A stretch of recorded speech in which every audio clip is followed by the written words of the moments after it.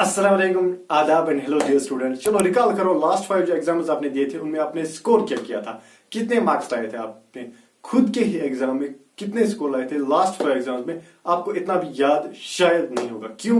क्योंकि जो हमारा ब्रेन है ये ऐसे ही काम करता है, हर एक चीज हमें चटपट से याद नहीं रहती है। कुछ चीजों को हमें याद करने के लिए टाइम निकालना पड़ता है, टाइम देना पड़ता है, रिवाइज करना पड़ता है, तभी हमें वो याद रहती है। ऐसे ही होता है आपके एग्जाम्स में आपकी स्टडी को।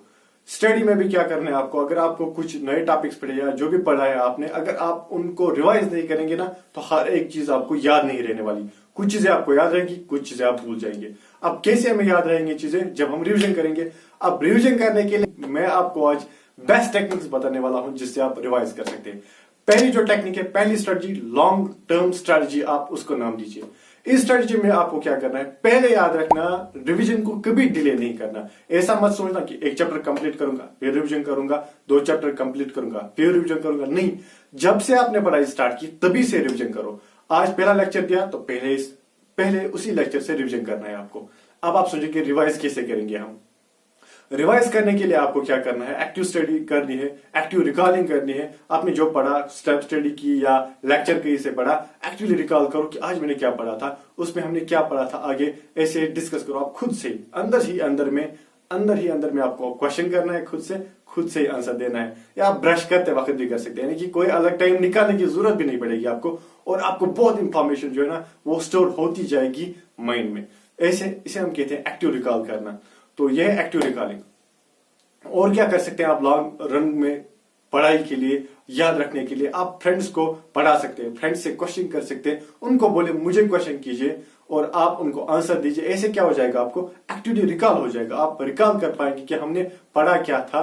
ऐसे आपको अलग से टाइम निकालने की जरूरत नहीं पड़ेगी। ये हम कहेंगे यह है थ्योरेटिकल सब्जेक्ट्स के लिए। अब अगर न्यूमेरिकल बेस्ड सब्जेक्ट्स है, मैथमेटिक्स है, फिजिक्स है, कोई और सब्जेक्ट है जहां पर आपको न्यूमेरिकल प्रॉब्लम्स आएगी, वहां पर आपको क्या करना है, आपको तो वहां पर पेन और पेपर लेना ही होगा। पेन और पेपर लीजिए, क्वेश्चंस कीजिए, प्रॉब्लम्स कीजिए, आप करते ही रहिए। ये हर दिन कुछ प्रॉब्लम्स खुद के लिए सेट कीजिए कि इतने प्रॉब्लम्स आज मुझे सॉल्व करनी है। टाइम फिक्स करना है कि इतने प्रॉब्लम्स मुझे सॉल्व करनी है। और याद रखना, नोट्स बनाते रहना, शॉर्ट नोट्स बनाते रहना, ताकि ये आपको आगे काम आने वाले हैं। अब अगर आपके एग्जाम्स नजदीक आ चुके हैं तो अब आप क्या करेंगे? अब आपने जो मैंने बताया वो स्ट्रेटजी इस्तेमाल नहीं की थी, रिवीजन नहीं किया था, अब आप क्या करेंगे? अब आपको रिवीजन करने की फिर से जरूरत पड़ेगी। तो इसके लिए आपको क्या करना होगा, पेपर पैटर्न चेक कीजिए। जो लास्ट कुछ ईयर्स के पेपर्स है उनको चेक कीजिए, देख लीजिए कि कौन से वाले टॉपिक्स ज्यादा पूछे गए हैं या किन चैप्टर्स में ज्यादा क्वेश्चंस आते हैं आपके एग्जाम में, वो आप एनालाइज करेंगे। एनालाइज करके उन टॉपिक्स को पहले आप पढ़ेंगे। उन टॉपिक्स को पढ़ के क्या करेंगे, आप टाइम टेबल में खास टाइम रखेंगे, चाहे 1 घंटा रखेंगे या 2 घंटे रखेंगे, आप खुद ही टाइम रखेंगे आप, लेकिन वो रिविजन के लिए आप टाइम रखेंगे। एक्टिव रिकॉलिंग उसमें क्या करेंगे आप एक्टिव रिकॉलिंग करेंगे कुछ चीजों को। जब आप बोर हो जाएंगे तो एक्टिव रिकॉल करना छोड़ दीजिए, आप पेन और पेपर उठाइए, लिख लीजिए उस टॉपिक के बारे में, चाहे वो न्यूमेरिकल बेस्ड टॉपिक हो या थ्योरेटिकल हो। जब आप बोर हो जाएंगे एक्टिव रिकॉलिंग से तो पेन और पेपर उठाइए, नींद को उड़ाइए और लिख लीजिए कि हमने पढ़ा क्या था। ये जो टेक्निक्स है यह आपको बहुत मदद करने वाली है।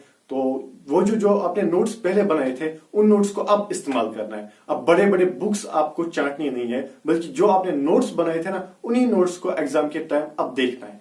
क्यों? उससे क्या होगा, अब आपको आसानी होगी इन सब्जेक्ट्स को पढ़ने में, कोई मुश्किल अब नहीं होगी इन चीजों को याद रखने में। लेकिन हर वक्त आप क्या करेंगे, नोट्स बनाते रहेंगे पहले जो आपने बनाए हैं उन नोट्स का। लॉन्ग नोट्स नहीं, शॉर्ट नोट्स, जो शॉर्ट एंड बोर्ड आपने किए वो अब आप इस्तेमाल करेंगे। ये जो टेक्निक्स है ये आपको बहुत मदद करने वाली है और आपको एग्जाम से डर नहीं लगने वाला है। अगर आप चैनल पे नए हैं तो चैनल को सब्सक्राइब करना ना भूलिए, लाइक और शेयर करना ना भूलिए। कमेंट जरूर कीजिए आपको ये वीडियो कैसा लगा।